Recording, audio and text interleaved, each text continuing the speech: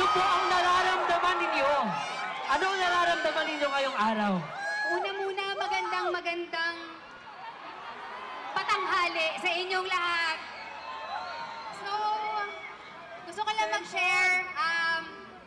This is the very first time na sumali ako sa isang rally na katulad nito. Naniniwala ako na sa pagkakataong ito, it doesn't really matter kung anong sektor ang kinabibilangan mo, kung saang institusyon ka galing, kung anong paaralan ka graduate, or kung anong paaralan ka nag-aaral.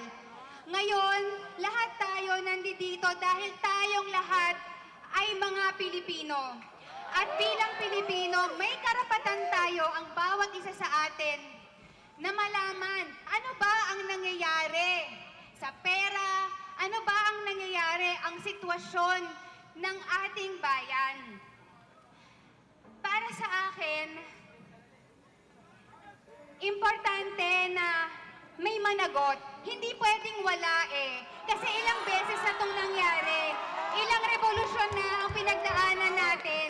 Simula nung unang EDSA, EDSA 2, EDSA 3, at kung napakarami. Pero minsan, nasa news, 2 linggo, 3 linggo, mamamatay, mawawala.